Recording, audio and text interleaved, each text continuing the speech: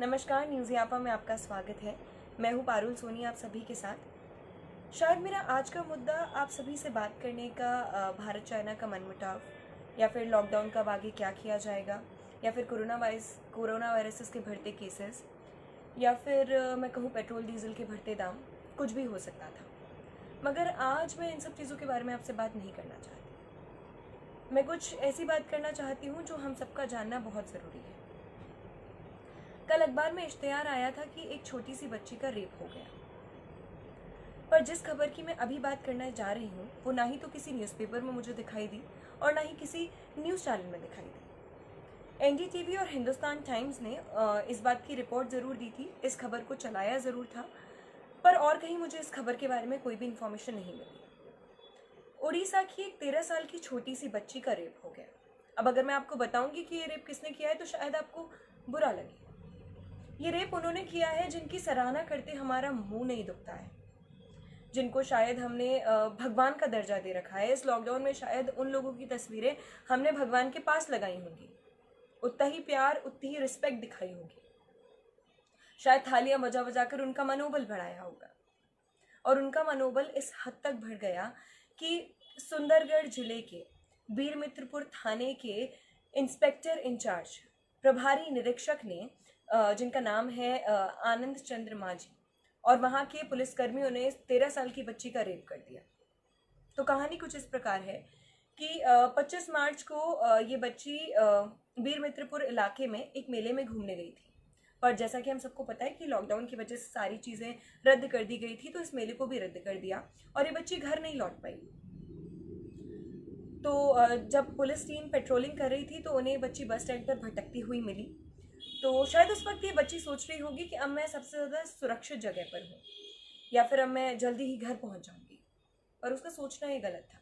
वहाँ के inspector in charge ने उसके साथ रेप किया, और यहाँ पर कहानी ख़त्म नहीं हुई है। उस बच्ची के साथ बार बार रेप किया, उसको पुलिस स्टेशन बुलाकर। वहाँ के पुलिसकर्मियों ने उसके साथ रेप किया। उसके बाद वो बच्ची जब प्रेग्नेंट हो गई तो उसका अबॉर्शन करवाने के लिए उसके सौतेले पिताजी और पुलिसकर्मी पास के सामुदायिक स्वास्थ्य केंद्र में लेकर गए उसको। और जब चाइल्ड प्रोटेक्शन ऑफिसर को इस बात का पता चला तो उन्होंने सबके खिलाफ रिपोर्ट दर्ज करवाई। चलिए ठीक है, पुलिसकर्मियों का समझ में आता है कि उन्होंने रेप किया, डॉक्टर का समझ में आता है कि उन्होंने अबॉर्शन के लिए हाँ कर दिया, पर उनके पिताजी का ज़मीर एक बार भी नहीं जागा कि मेरी बच्ची के साथ इतने टाइम से ये सब कुछ हो रहा है और मैं सहन कर रहा हूँ। और मेरा सवाल तो उन लोगों से है जो इंस्टाग्राम, फेसबुक, व्हाट्सएप या फिर बाकी सोशल मीडियाज पर स्टोरी लगाते हैं RIP, किसी की मौत से आपको डिप्रेशन हो जाता है। यहाँ पे जो बच्ची जीवित है, जिन लड़कियों को तकलीफ है, जिनका रेप हो गया, उनसे हमें डिप्रेशन नहीं फील होता। सुशांत सिंह राजपूत की मौत के बाद सब डिप्रेस्ड हैं, सबको बुरा फील हो रहा है, पर अब हमें बुरा फील नहीं हो रहा है, हम इसका जिक्र भी नहीं करना चाहते। लोग इतनी सी बात पर धरना देकर बैठ जाते हैं कि सरकार अब हमारे रूम का रेंट देगी, क्योंकि लॉकडाउन की वजह से सब कुछ बंद है। हम इतनी सी बात पे धरना दे सकते हैं, हम इतनी सी बात पे प्रोटेस्ट कर सकते हैं। और हो सकता है कि बहुत सारे लोग ऐसे हैं जिनको शायद इस खबर के बारे में पता भी ना हो, और खैर पता चलता भी कैसे, क्योंकि जो अभी नेशनल हेडलाइन होनी चाहिए थी वो ना ही तो किसी खबर में अपनी जगह बना पाई, और ना ही किसी न्यूज़पेपर में, ना ही किसी टेलीविजन चैनल पर। और अभी तो हम एक्चुअली बिजी हैं नेपोटिज्म में, स्टार किड्स में, लॉकडाउन गोल्स में, तो फिर शायद हमारे लिए थोड़ा टफ हो जाता है ये मैनेज करना, ऐसी खबरों पर ध्यान देना। यार मेरे को एक बात समझ में नहीं आई, 13 साल की बच्ची है, उसका पुलिस वालों ने रेप कर दिया, और कितनी मस्त TRP मिलती है अगर हम इसको टेलीविजन चैनल पर चलाते तो। ज़रूरी है लड़की का कि डॉक्टर हो वो, ज़रूरी है कि किसी बड़े शहर जैसे दिल्ली की आई हो, ज़रूरी है कि रेप क्रूअल हो, तभी हम उसको दिखाएंगे या फिर उसके लिए लड़ेंगे या फिर उसके लिए आवाज़ उठाएंगे। एक 13 साल की छोटी सी बच्ची, गरीब परिवार की बच्ची, एक छोटे से गांव से आती है, क्या हम उसके लिए नहीं लड़ सकते? हमारा कानून ये कहता है कि अगर 16 वर्ष से कम लड़की होगी और उसके साथ बलात्कार किया जाएगा तो 20 वर्ष की सज़ा दी जाएगी, और अगर ये गैंग रेप है तो इसको आजीवन कारावास भी हो सकता है ये, और जुर्माना भी देना पड़ेगा। तो क्या एक बच्ची का रेप सिर्फ एक इंस्पेक्टर के सस्पेंशन से जस्टिफाई करेंगे अब हम? खैर कोई बात नहीं, छोटे मोटे रेप तो छोटी सी बात है, 10-20 साल की सज़ा मिलेगी और शायद जॉब चली जाए, कोई बात नहीं, पैसे वैसे देके थोड़ा सा एडजस्ट कर लेंगे, ज़्यादा कुछ नहीं करना पड़ेगा। छोटा मोटा रेप तो कोई बात है, उसमें केस बनाने जैसा कुछ बनता ही नहीं है। थोड़ा सा अगर क्रूअल रेप हो या फिर मैं बात करूँ निर्भय जैसा रेप हो तो हम सोच सकते हैं, बाकी ठीक है, छोटे मोटे रेप में तो क्या ही बात करनी है ना। सोशल मीडियाज पे जब हम स्क्रॉल करते हैं चीज़ों को, मतलब कोई भी ऐसी फीड या फिर कोई भी ऐसी पोस्ट हम देखते हैं जो हमको अट्रैक्ट करती है, या फिर मैं बोलूँ कि जो हमें अच्छी लगती है, जो थोड़ी सी भी वाइब देती है कि यार कि लगानी चाहिए मुझे स्टोरी, तो हम कैसे फटाफट से उसको स्टोरीज पे लगा लेते हैं। ज़रूरी है कि मैं फेमिनिज्म के झंडे गाड़ूँ, ज़रूरी है कि मैं नेपोटिज्म की बातें करूँ, ज़रूरी है कि आप सबका रिस्पॉन्स आने के लिए वो रेप उतना ही क्रूअल हो, ज़रूरी है कि रेप में रॉड्स यूज़ की गई हों, ज़रूरी है कि लड़की का रेप होने के बाद वो मर जाए तभी हम बात करेंगे। बात तो हम कभी भी कर सकते हैं ना, उस चीज़ के लिए हम डिप्रेस, उस चीज़ के लिए आक्रोश हम कभी भी दिखा सकते हैं। ज़रूर एक तरफ तो हम बातें करते हैं कि हमारी छोरियाँ छोरों से कम है क्या, और दूसरी तरफ खुद को गलत प्रूफ कर देते हैं। एक तरफ हम ये कहते हैं कि जिम्मेदारियों का बोझ परिवार पर पड़ा तो ऑटो रिक्शा ट्रेन चलाने लगी मैं, साहस के साथ अंतरिक्ष तक भेज डाला, सुना वायुयान भी उड़ाने लगी मैं, और कितने उदाहरण ढूंढ के लाऊं, हर क्षेत्र शक्ति आजमाने लगी मैं, वीर की शहादत पे अर्थी को कांधा देकर अब शमशान तक जाने लगी मैं, सब कुछ मैनेज कर सकती हूँ मैं, क्योंकि मैं एक आत्मनिर्भर लड़की हूँ इस देश की। पर मैं उन लोगों के खिलाफ नहीं बोल सकती, मैं उन लोगों की मेंटालिटी चेंज नहीं कर सकती, मैं उन लोगों को सज़ा नहीं दिलवा सकती जो रेप करते हैं, क्योंकि हमारी जो न्यायिक प्रणाली है उसको एक्चुअली क्या सब चीज़ सोचने में समय लगता है। हम हर चीज़ को एनालाइज करेंगे, उसके बाद सज़ा देंगे हम चीज़ों को। क्यों? खैर कोई बात नहीं, ये मुद्दा भी हर मुद्दे की तरह थोड़े टाइम बाद शांत हो जाएगा, और शायद ये चुप्पी अब हमारी आदत बन जाएगी, तो कोई फ़र्क नहीं पड़ता। और खैर कोई बात नहीं, कोई नई चेहरा हमें फिर दिखाई देगा सुर्खियों में RIP के साथ। फिर किसी नई सुबह शायद कोई लड़की हमें ऐसी हालत में दिखेगी, और थोड़ा सा रुक जाइए, शायद सेम कहानी हमें किसी और किरदार में दिखाई दे।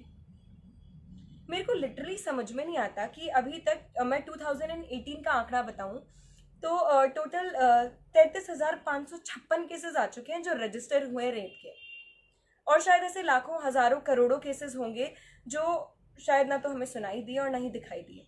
कल ही तमिलनाडु की एक 7 साल की बच्ची का रेप हो गया, जिसको बाद में मार दिया गया, और ये तो वो केसेस हैं जो शायद हमें टीवी पर दिखाई देते हैं, जो अखबारों में दिखाई देते हैं, इसलिए हम उनके बारे में बात कर लेते हैं। पर ऐसे हजारों लाखों केसेस होंगे जिनके बारे में ना हम चर्चा करते हैं ना हम बात करते हैं।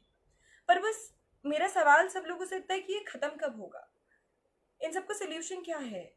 मतलब मेरे जब भी मैं ये सारी बातें सोचती हूँ तो दिमाग है ना बिल्कुल शून्य हो जाता है, कोई चीज़ सोच ही नहीं पाती मैं।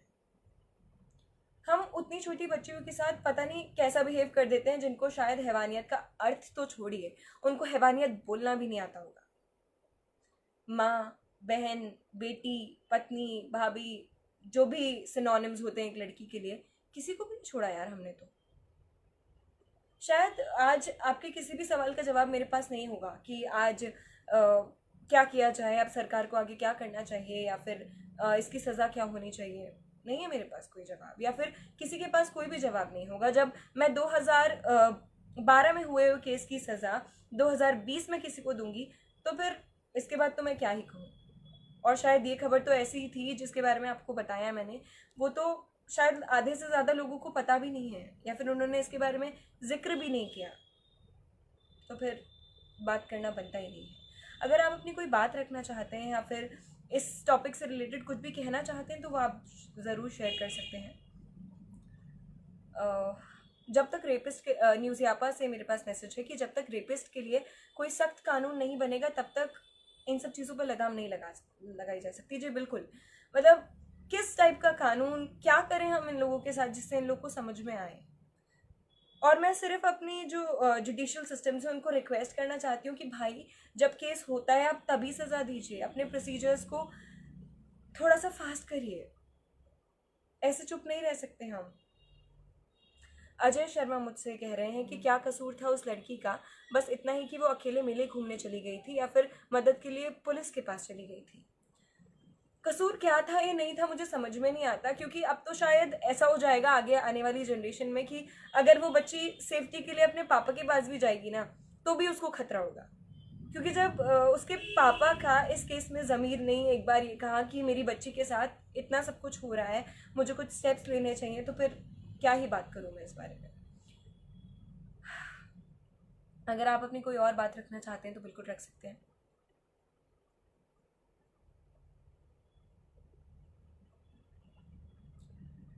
मैं अपनी बात को यहीं विराम देना चाहती हूँ। थैंक यू सो मच मेरे को सुनने के लिए। Thank you.